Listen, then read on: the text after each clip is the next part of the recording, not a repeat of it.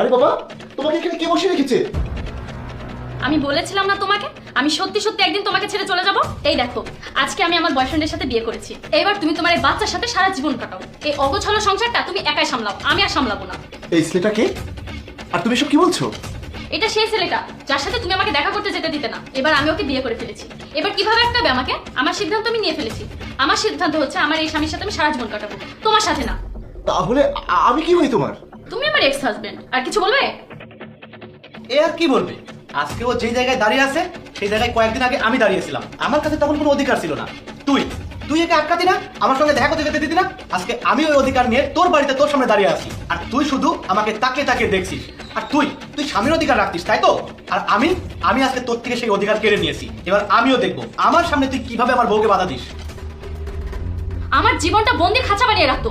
সব সময় বলতো এখানে যেও না, ওর সাথে মিশো না, এটা করো না, ওইটা করো না। তুই আমার স্বামী ছিলি, স্বামীর মতোই থাকতিস, বাবার মতো কেন হতে চেয়েছিলি? এবার আমি আমার স্বাধীনতা নিজের হাতে করে নিয়েছি। এবার তুমি সুখে থেকো আর এই বাচ্চাটাকেও সুখে রেখো। না আমি তোমাকে ভালোবাসি, না তোমার এই বাচ্চাটাকে। তোমাদের দুজনের মুখ আজকের পর থেকে আমি দেখতে চাই না। আমাকে যে ভালোবাসে আর আমি যাকে ভালোবাসি সে আমার পাশে দাঁড়িয়ে আছে। আমি আমার জীবনের শেষ নিঃশ্বাস পর্যন্ত তার হাত ধরেই থাকবো। আমি এতক্ষণ এখানে এসব বলার জন্য দাঁড়িয়েছিলাম। তাহলে এখন আমি আসি? তুমি এখনো বোকা আছো।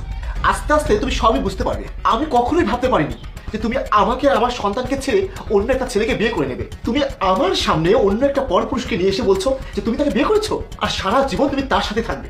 এর চেয়ে দুঃখের বিষয় কি হতে পারে? তুমি যখন অন্য ছেলেকে বিয়ে করবে তাহলে আমার সাথে বিয়ে করেছিলে কেন? এই সন্তানকে জন্ম দিয়েছিলে কেন? তুমি তোমার নিজের জীবনের সাথে সাথে আমার এবং আমার সন্তানের জীবনটাও নষ্ট করছো। তুমি একবারও আমাদের সন্তানের কথাটা ভাবলে না? আরে একজন মা তো তার সন্তানকে লালন পালন করে, আর পুরুষ মানুষ বাইরে কাজ করে, তার কিভাবে সংসার সামলাবে? তোমার মা বাবা কি কখনো তোমাকে কোনো শিক্ষা দেয়নি নাকি? আমি এতদিন ধরে ভাবতাম যে তুমি কোনো এক সময় শুধরে যাবে, কিন্তু তুমি যে এরকম একটা কাজ করবে সেটা আমি কখনোই ভাবতে পারিনি। আরে পাড়া প্রতিবেশী আত্মীয় স্বজন অন্য কেউ জানলে তো মজা নেবে, তারা হাততালি দেবে। তাতে কি হয়েছে? তারই বাজাতে দাও। মানুষকে ভাবলো কি ভাবলো না তাতে আমার কি লাভ? আমার একটা কথা কান খুলে শুনে রাখো, আমি তুহিনকে ভালোবাসতাম আর আমি তোমাকে বাধ্য হয়ে বিয়ে করেছিলাম।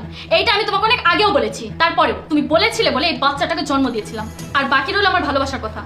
তোমার সাথে বিয়ে হওয়ার অনেক আগে আমি আমার ভালোবাসার কথা আমার পরিবারকে বলেছিলাম। তখনও বেকার ছিল, তাই আমার ফ্যামিলিকে পছন্দ করতো না।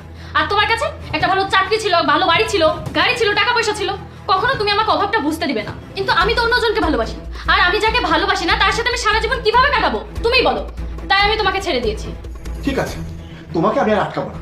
তুমি তো যাওয়ার জন্য অনেক আগে থেকে প্ল্যান করে রেখেছো, আর যে যেতে চাই তাকে যেতে দেওয়াই ভালো। আর তুই, এই তোর কি লজ্জা করো না? অন্য কারো বউয়ের সঙ্গে অ্যাফেয়ার করে তাকে বিয়ে করতে? অন্য কারো সংসার ভাঙতে কি তোর বিবেকে একটু বাধা দিল না? তুই কি একবার ভেবে দেখেছিস এই সবটা যদি তোর সঙ্গে হতো তাহলে তোর কেমন লাগতো? তোর কি খুব ভালো লাগছে? তুই তোর নিজের কথা ভেবে তোর নিজের জীবনের জন্য